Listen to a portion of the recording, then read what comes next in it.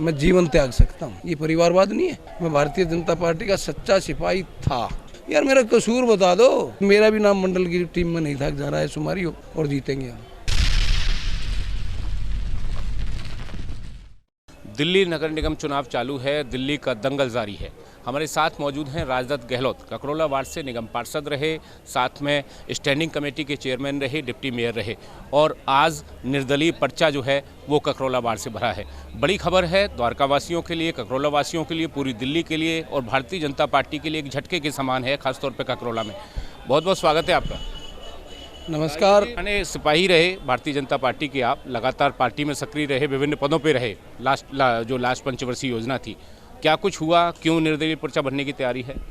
देखिए, भारतीय जनता पार्टी ने मेरे को बहुत कुछ दिया, लेकिन मैंने जिस दिन से इस जनता का नौकर बन के काम करना शुरू किया, क्योंकि मैंने चुनाव में झोली पसार के कहा था मुझे यहाँ नौकरी दे दो, मैं आपकी सेवा करूँगा, आपका नौकर बन के रहूँगा। और मैं रहा। सवेरे 6 बजे से लेकर 12 बजे तक सुबह उठते ही जनता के काम को पूजा समझता था। अपने हाथों से, आप लोगों के चैनल पे भी चला है कि मैं अपने हाथों से नालियाँ साफ़ करता था, अपने हाथों से झाड़ू लगाता था।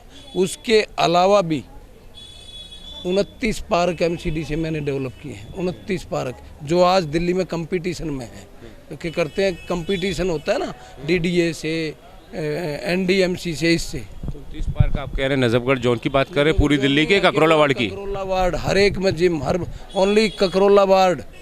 और वो काम किए हैं।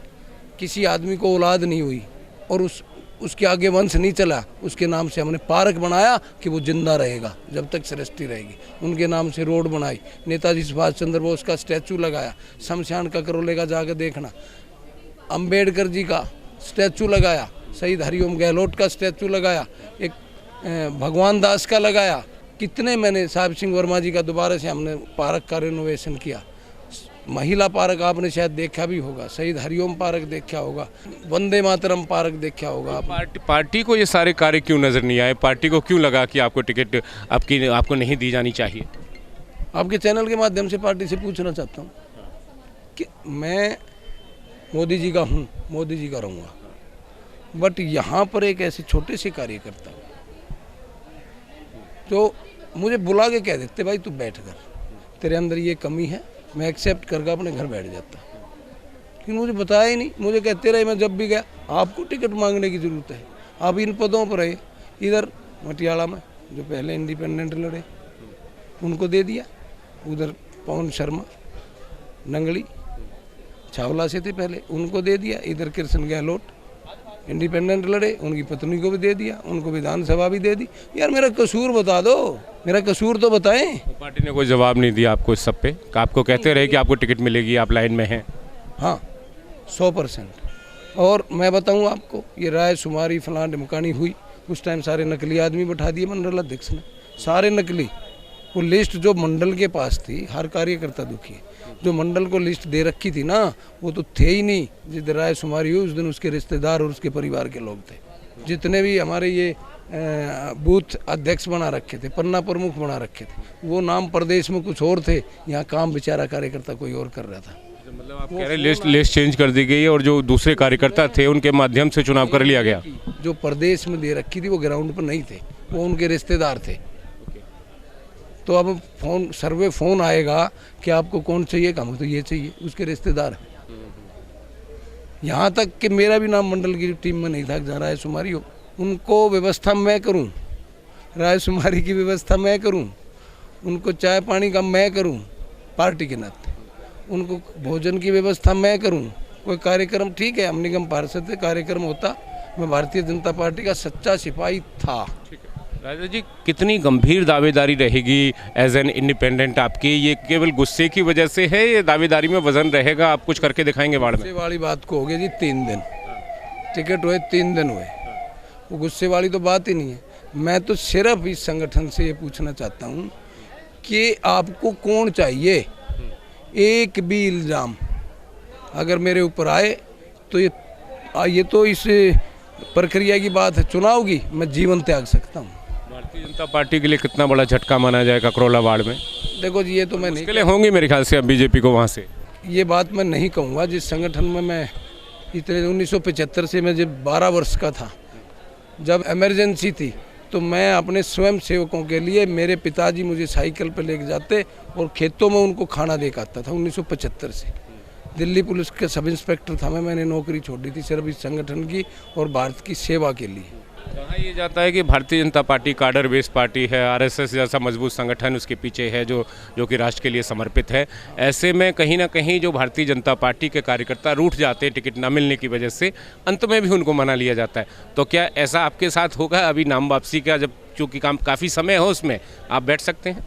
नो, ये खड़े मेरे गाँव को बाहर मेरा पूरा गाँव खड़ा है, कॉलोनी के खड़े हैं, डीडीए पॉकेट्स हैं, मैं देखूंगा ना।